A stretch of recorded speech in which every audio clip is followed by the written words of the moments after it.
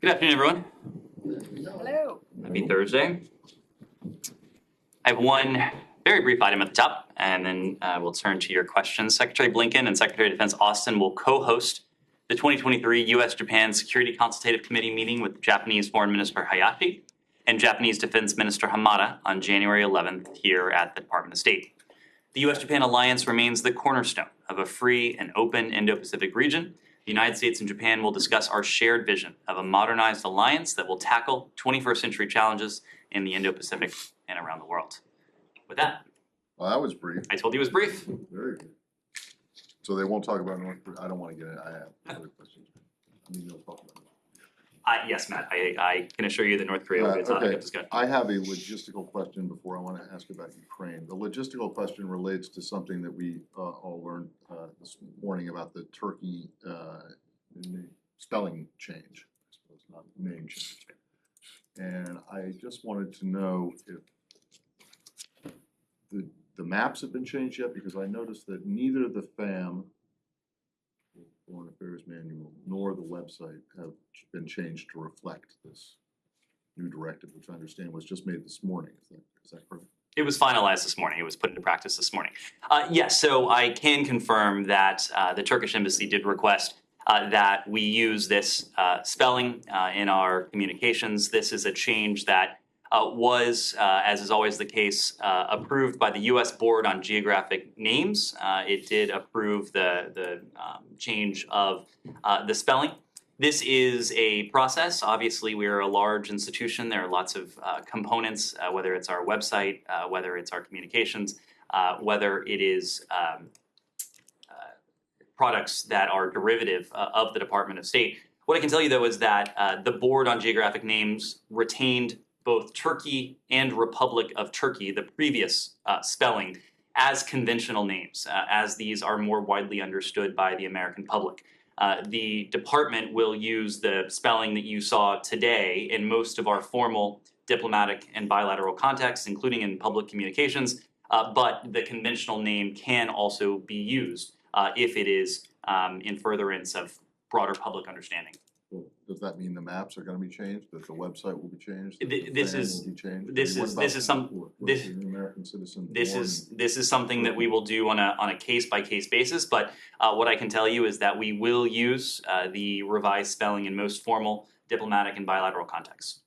So there isn't any like system-wide scrubbing of every document that has been created since the end of the Ottoman Empire, since the creation of modern Turkey. This is a process. The process started in earnest today. But again, we're a large institution. There's not a control F function for the entire Department of State. But we will work on that going forward. So that is something that you intend to do, to gradually change or revise where appropriate. Again, because the Board on Geographic Names did retain the option for the previous spelling, the Republic of Turkey and Turkey, to be applicable when it is in furtherance of broader public understanding. Okay. Can I just follow up just briefly? Resisting, you went cold turkey. Yeah. We're talking Turkey, though. We're talking turkey. Yes. Exactly, or turkey. Just is it throughout the U.S. government? Is it throughout the U.S. government or just the State Department? Today's change pertained to the Department of State, as I think many of you have noticed. Other departments and agencies have already adopted this new spelling.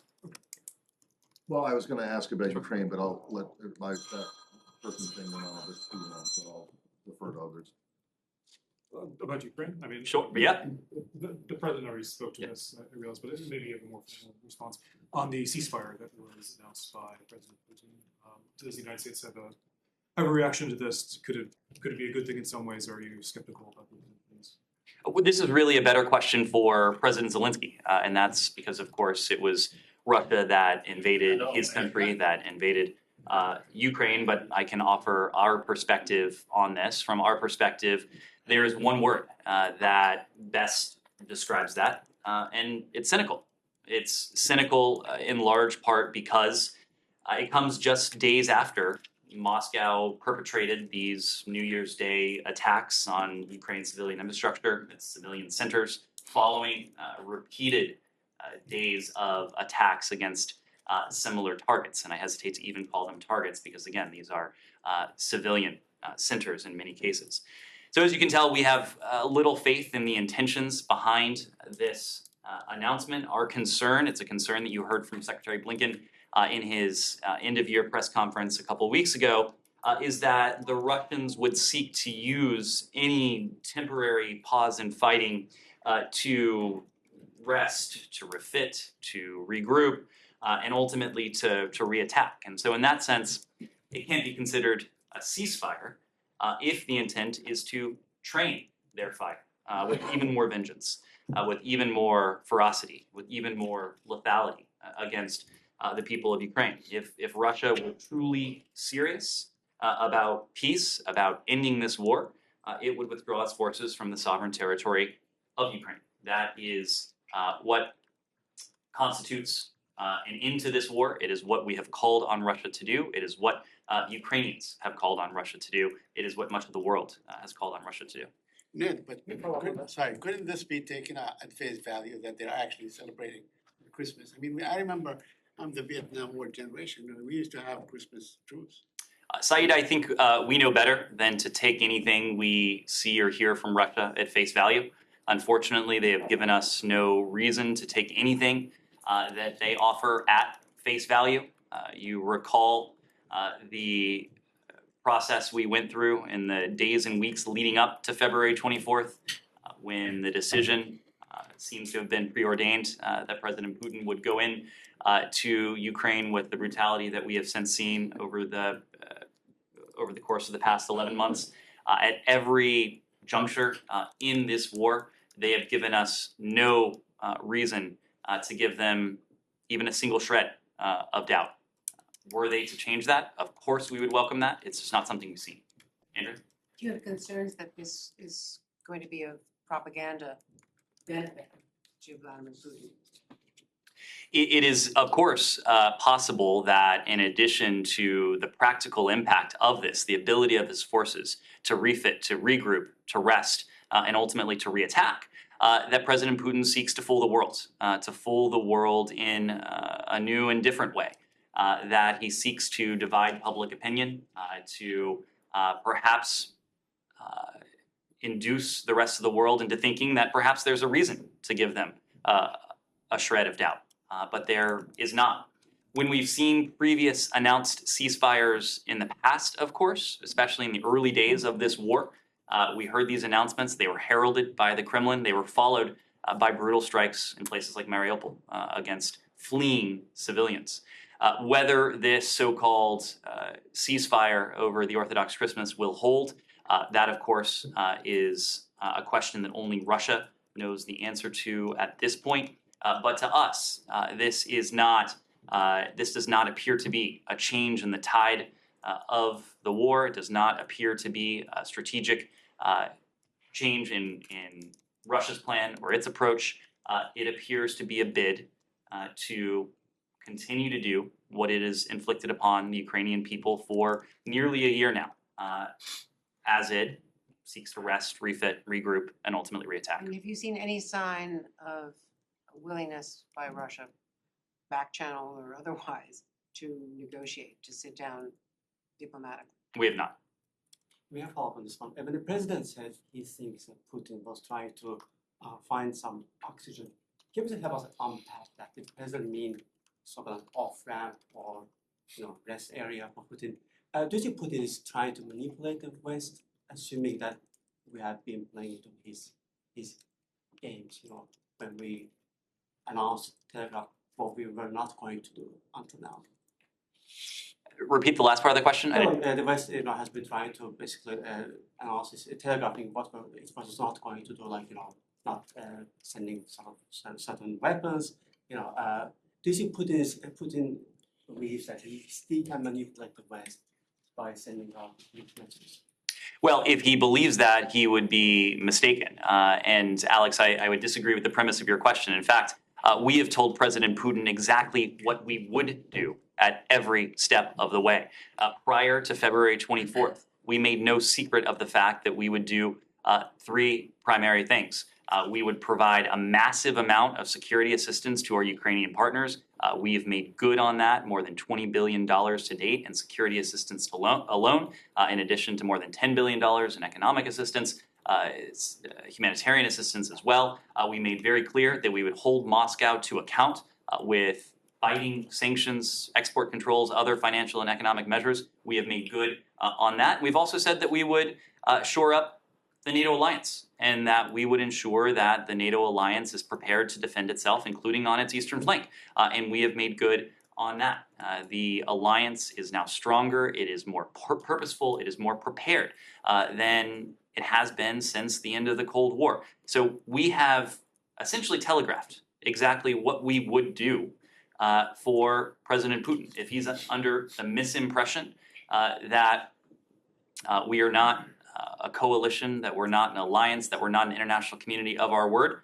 We are going to disabuse him of that. And how do you want us to read the president's statement that he thinks Putin is trying to find some oxygen? What does that mean? It means precisely what I said, that we believe this is a cynical ploy so that the Russians can use a bit of time, whether it is a couple days or however long it ends up being, to rest, to refit, to regroup, and ultimately to reattack. To reattack with potentially even more vengeance, even more brutality, even more lethality if they had their way. Staying on the same topic, what do you make of the media reports when you saw Wagner leader, which is the private group, releasing prisoners and who fought in Ukraine as mercenaries? If you look at the fact what the terrorist state looks like, if this is not what it is, then how would you put that into context of what we're seeing today in Russia? We would see it as just a barbaric tactic, seeking out convicts, in many cases individuals who had been convicted of violent crimes, promising them freedom if they were to fight, and in many cases likely die on the front lines as well. There may be anecdotal examples, as you're alluding to, of individuals purportedly completing their service and receiving the pardons that they were promised. But this is a tactic that the world has condemned. It's a tactic that is extra legal. Human rights groups have been vocally critical of it for that reason as well. But it's also a tactic that will be ineffective. Even if there are tens of thousands of forces who may fall under Wagner's control, under the control of Mr. Prigozhin. These are not forces that will be in a position to change the tide of the war. These are not forces that are trained. These are not forces that are generally well enmeshed in the broader Russian combat operations. And we're seeing the results of that. Despite the infusion of personnel, essentially what the Kremlin is using as cannon fodder, the Ukrainians continue to press back territory. To continue to take back territory that was taken from them since 2014, in some cases more recently since February 24th. Yeah, Nick. Different topic.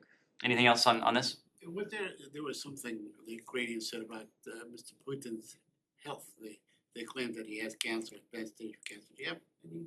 I don't have anything to. Have you heard of this news? I don't have anything to offer on that. No. But you did hear the news, correct? I've seen that report. I just don't have anything to offer on it. Can I Nick? just ask one Sure. other thing about Ukraine? I realize this might be more of a DoD question, but the announcement just with President Biden and Chancellor Schultz on the armed infantry fighting vehicles.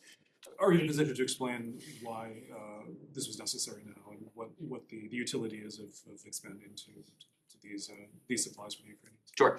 Sean, every decision we make when it comes to security assistance that we're providing to Ukraine is predicated on discussions we're having directly with our Ukrainian partners regarding their needs, what they need to defend themselves, based in large part on where the battle is now. And so when the battle was urban, nearly hand-to-hand combat in the earliest days, earliest hours of this, for the Battle of Kyiv, we provided a certain type of assistance. As the battle was moving to the east, to the south, to the north, we have, in the months since, provided different types of assistance. Now that we are seeing fronts emerge and intensify in various parts, including in the Donbass, where fighting has been intense, where fighting may well continue to be intense, There are certain systems, including these fighting vehicles that the Ukrainians have requested and that we deem are appropriate to provide. I expect you'll hear more details from us over the course of the next 24 hours or so about a broader package of security assistance. We have, as you know, the ability to continue providing Ukraine with security assistance through Presidential Drawdown Authority and through other programs, including the USAI, Ukraine Security Assistance Initiative that DoD administers, in large part because of the generosity of the American people and the emergency funding that Congress passed at the end of last year. From a State Department perspective, are there any national security or foreign policy concerns over not having a House Speaker? This is obviously something that we're watching, as are many Americans. It is something that I know members of, or I should say members-elect of the House have spoken to. But I would really leave it to them to speak to the implications when it comes to the lack of an elected speaker. The U.S. Congress has indispensable functions when it comes to America's foreign policy. There's an important oversight role. There's an important authorization role. There's an important appropriations role. There's an important voice to be had when it comes to the direction of American foreign policy. Since his earliest hours on the job, Secretary Blinken has prioritized deep and iterative engagement with Congress. I think you all heard that, at least by our accounting, we set a record last year in terms of the number of engagements we had with Congress, briefings, hearings, calls, letters, responses. And we certainly hope to have as robust a relationship with the 118th Congress as we did with the 117th. Andrew. Follow up on that, the other day, the meeting in the SCIF with the Joint Chiefs Chairman had to be canceled with several House members from key committees.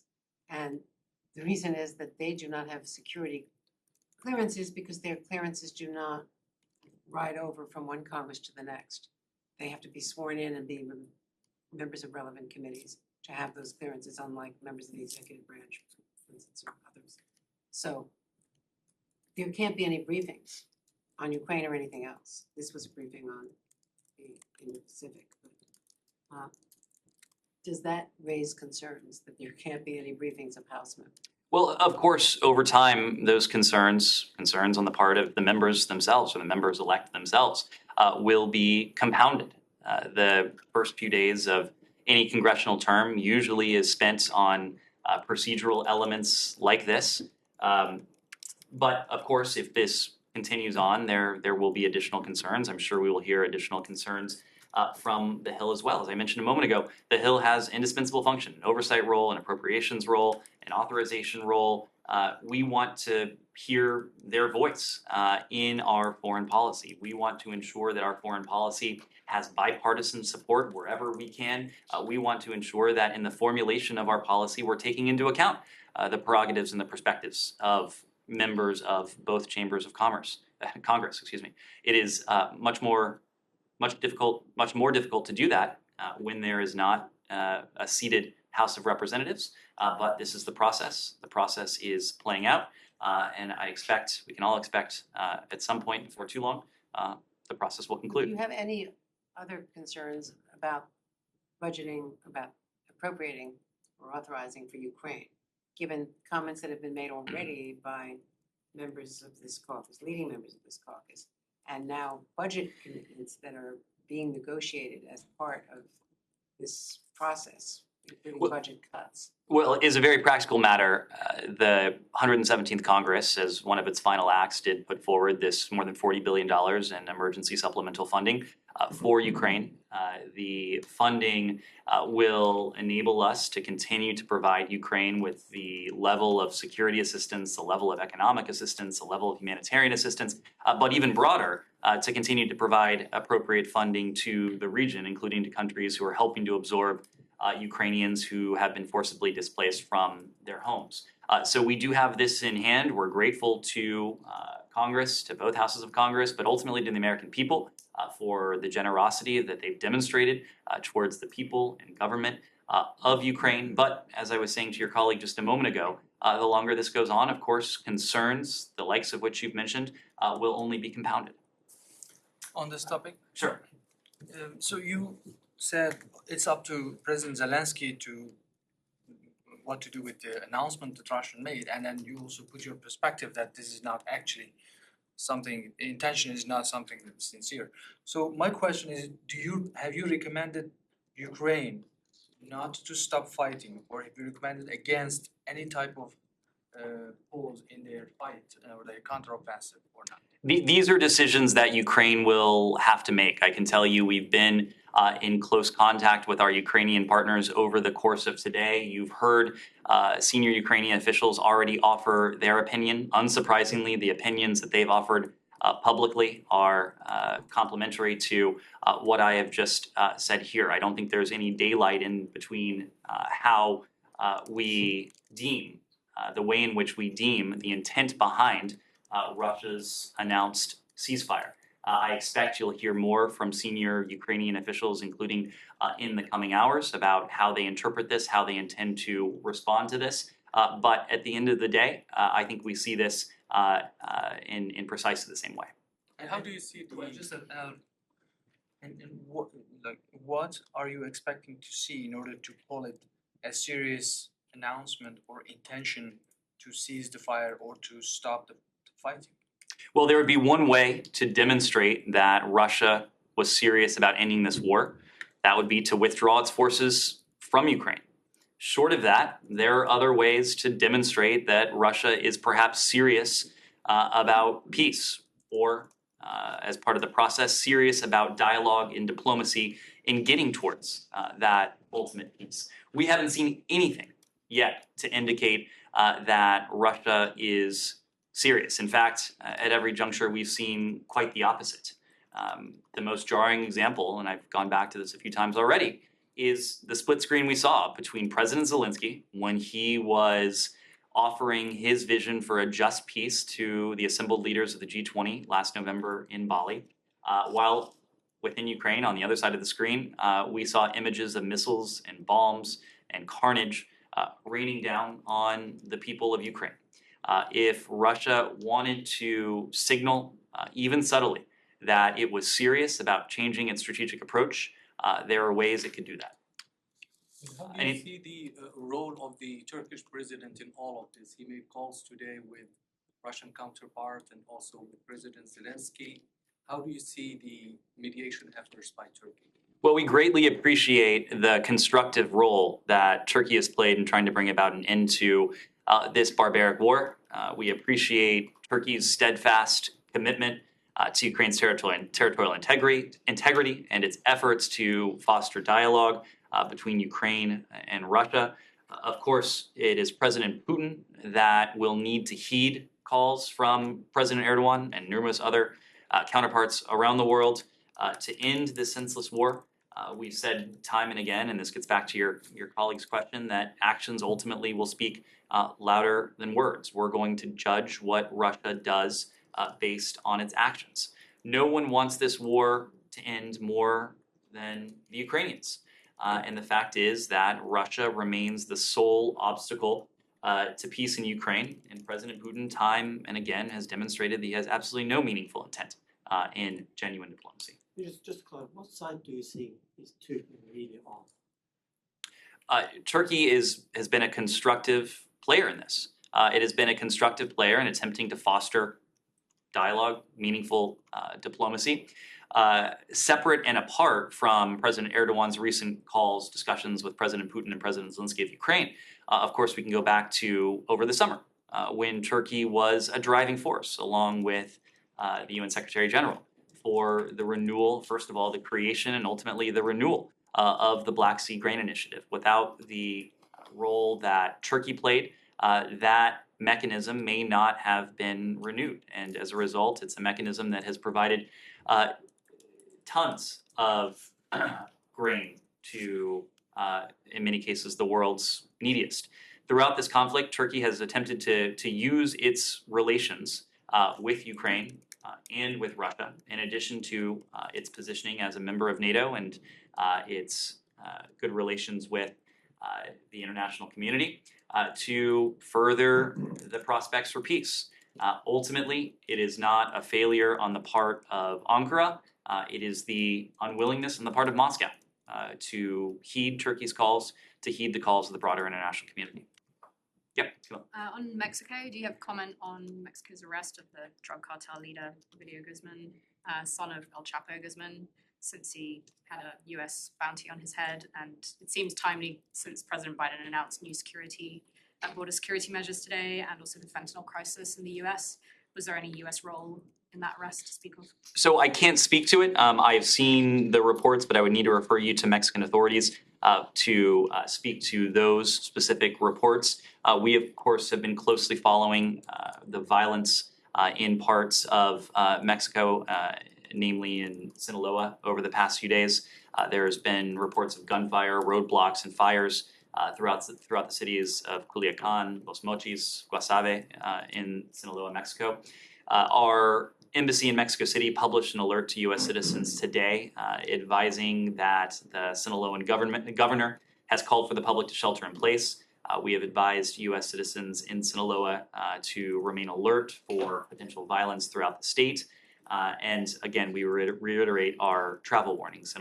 Travel to Sinaloa remains at level 4. We advise Americans not to travel to Sinaloa as a result. For those Americans who are in Sinaloa, we strongly encourage them to monitor local news, to follow emergency instructions provided by local authorities, and to enroll in our STEP program, the Smart Traveler Enrollment Program, on our website. On Asia? Sure. South China Sea, different subject. Do you have anything on Bongbong Marcos' visit to Beijing and the joint statement between China and the Philippines? How does the United States assess the tone and the contents of this joint statement? Well, we would refer you to our allies in the Philippines to speak to the joint statement. Of course, we are aware of it. What I can say generally is that much of what we've heard from President Marcos and his administration in the aftermath of the visit to the PRC is consistent with our approach to the PRC. We've heard from President Marcos an emphasis on maintaining dialogue with the PRC and ensuring there are channels for communication between his country and the PRC. That, of course, is something we have sought to do in our bilateral relationship as well. We've heard an emphasis from President Marcos on finding and deepening potential areas of collaboration between the Philippines and the PRC. That is something that we have sought to do as well, knowing that the rest of the world expects the United States and the PRC to manage the relationship responsibly, to work together constructively where we can, knowing that this is a relationship between our two countries that is predicated at core by competition. But when it comes to the relationship between the Philippines and the PRC, we would have to refer you to the Philippines. On Tuesday, you expressed the U.S. concern over the ongoing artificial island buildups in the South China Sea. Is this something among the agenda when Secretary Blinken goes to China this year? And are there other worrying trends that in the South China Sea that the United States is monitoring? I wouldn't want to speak to the Secretary's agenda. Obviously, his travel remains several weeks away. I imagine we'll have more to say on that as the time approaches. But in all of our engagements with senior PRC officials, we discuss those broad buckets, the areas that are predicated by competition, areas where relations between our two countries have the potential to be even adversarial, and ways we can ensure responsible management of those areas, but also areas in which we can seek and even deepen collaboration. So all of that will be on the agenda. The PRC's activities in the South China Sea are a regular topic of discussion, including with our allies and partners in the Indo-Pacific, but also with PRC authorities themselves. The point we've consistently made is that the PRC's efforts to reclaim and to militarize disputed outposts in the South China Sea, its willingness to use coercion and intimidation, along with other provocative actions undertaken to enforce its expansive and unlawful South China Sea maritime claims, undermine the peace and security of the region. Beijing has offered no coherent legal basis for its expansive maritime claims in the South China Sea. In the name of enforcing its expansive and unlawful maritime claims in the South China Sea, the PRC, we've noted, is interfering in the navigational rights and freedoms that accrue to all states. We unequivocally reject the PRC's unlawful maritime claims and any such interference. And we again call on the PRC to conform its maritime claims to the international law as reflected in the Law of the Sea Convention, to comply with the July 12, 2016 Arbitral Tribunal ruling in the South China Sea arbitration, and to cease its unlawful and provocative actions in the South China Sea. This is not an effort that we are undertaking ourselves. This is something that we coordinate very closely on with our allies and partners, including with ASEAN, with institutions like in the context of the East Asia Summit, and on a bilateral basis with our allies and partners to preserve the rules-based maritime order. Has there been any direct conversations between United States and China since the late December instance of a Chinese J-11 was trying to intercept the U.S. aircraft RC-133 in the international airspace over the South China Sea? Has there been direct conversation, and what is the U.S. message to open lines of communication? I understand the Department of Defense has spoken to this, so I would need to refer you to the Department of Defense. They, of course, have their own channels with the PRC, including channels that are geared towards deconfliction. So I need to refer you to the Department of Defense site. Thank you, Nick. On the Palestinian-Israeli issue, according to Axios, the Israeli Security Cabinet discussed today possible sanctions against the Palestinian Authority over its push at the UN for referring the issue of the Israeli occupation to the International Court of Justice. Do you have a position on this? I mean, would you support their sanctions? I know you oppose Palestinian efforts at the International Court of Justice, so how would you stand on this issue? The underlying issue, Saeed, is one that we have spoken to, our deep disappointment with the Palestinian-led initiative to request the ICJ advisory opinion against Israel. We have said this before on a number of occasions. Unfortunately, we've had repeated occasion to say this, that these efforts are unproductive, will only take the parties further away from the objective of a negotiated two-state solution to the Israeli-Palestinian conflict. We continue to believe that international efforts are best focused today on de-escalating tensions and pressing all parties to refrain from unilateral actions that threaten stability and undermine conditions for direct future negotiations between the parties. And related, in about 10 to 15 minutes, a UN Security Council session will begin. The Palestinians will talk about what happened with the provocative visit of Ben Rafir. I know we said yesterday that your position is you don't want any change in the status quo and so on. But what will you say at the session itself? Well, do you have any idea? We will be represented, as we typically are at this session, by our ambassador to the UN, Linda Thomas-Greenfield. She'll have an opportunity to speak to the underlying issue. And as I said yesterday, I expect what you hear from Ambassador Thomas-Greenfield will be consistent with what you've heard from me and others over the past couple days. And that is the fact that we stand firmly for the preservation of the historic status quo with respect to the holy sites in Jerusalem. And we oppose any unilateral actions that undercut the historic status quo, unilateral actions that, in our view, are unacceptable. Yes, Ben. If I could just follow up on the U.S.-Japan 2+2 meeting next week. Sure. Could you share what the U.S. is hoping to achieve during those meetings, and will the Secretary be discussing his upcoming trip to China with the Foreign Minister? We'll have more on this when, as the timing for the 2+2 approaches, but this is an annual opportunity for our counterparts from our treaty ally to convene, to speak to the broad set of interests that we have, diplomatic, political, economic, security, defense, and the broader set of regional interests as well. Of course, our bilateral relationship with Japan is the cornerstone of a free and open Indo-Pacific. So we'll have an opportunity to go beyond that bilateral relationship and to speak to some of the challenges and opportunities to that shared vision of a free and open Indo-Pacific region. I would expect that there will be discussion of the challenges that are presented by the PRC. As we've had occasion to say, even in recent days, our approach to the PRC is in many ways rests on alignment with allies and partners around the world. And of course, that includes our allies in the Indo-Pacific.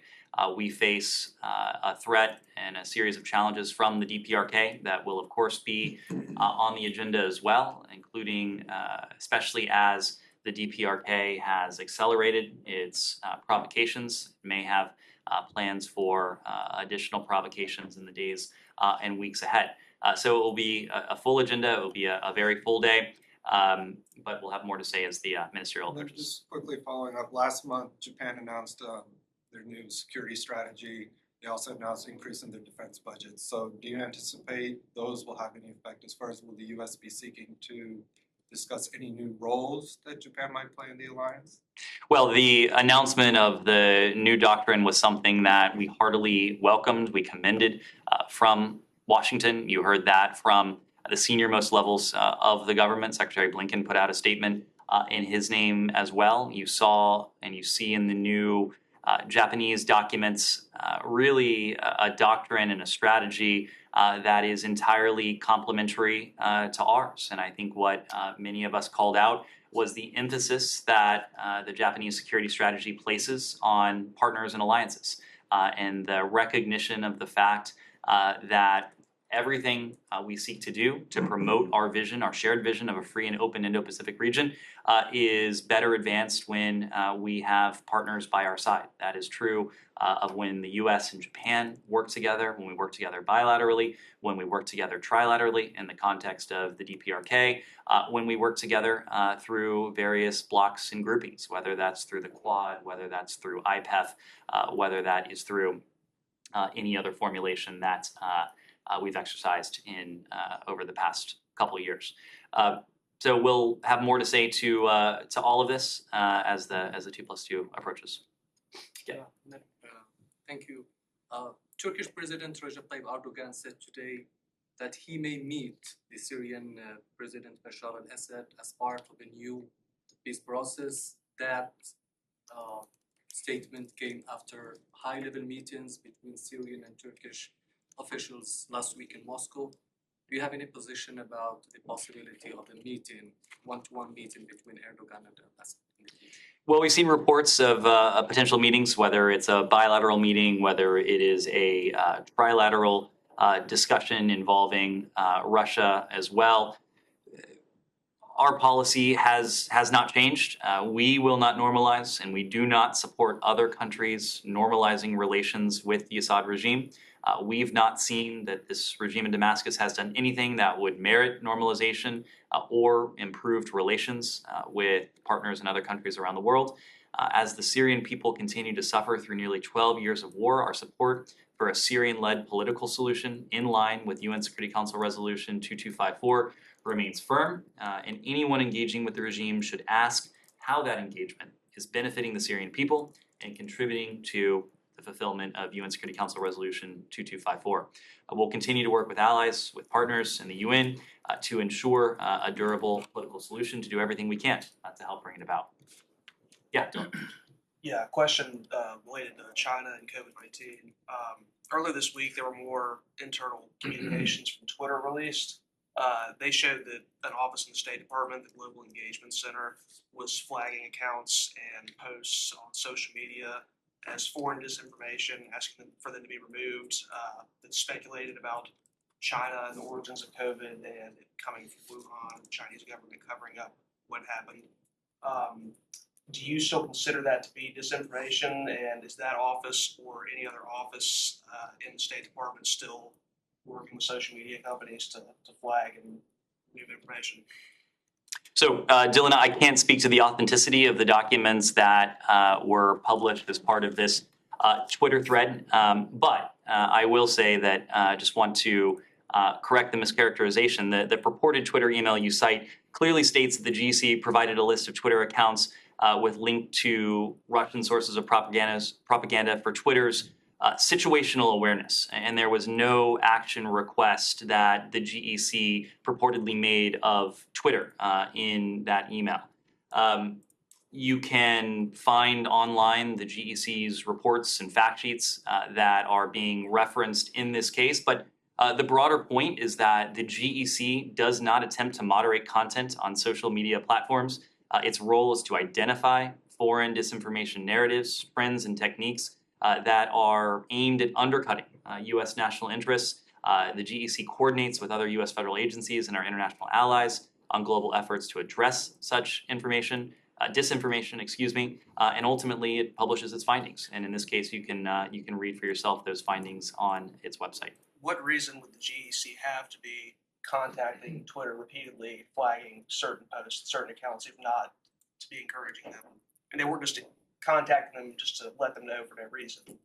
What reason would it be other than to have content moderation? Well, this goes back to the GEC's role, and its very role is to identify those disinformation narratives. Sometimes those disinformation narratives live and potentially even thrive on social media platforms, including U.S. social media platforms. Social media platforms have their own terms of service.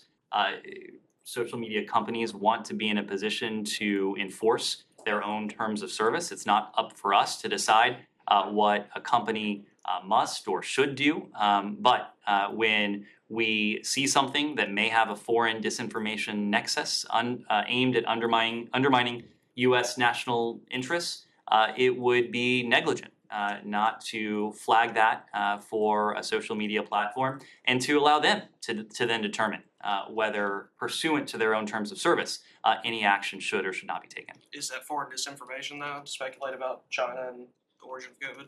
Because the GEC said it was at the time. So you can take a look at the report. What the report notes is the notion that these narratives were being pushed by elements of the Kremlin, of the Russian Federation.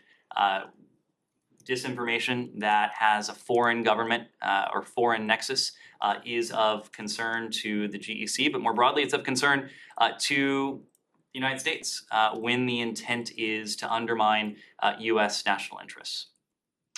Anything else? One more on Ukraine, please. Okay. Ukraine said the UN should send peacekeepers to Zaporizhzhia, the nuclear plant, even without Russia's agreement. Is the United States behind this initiative?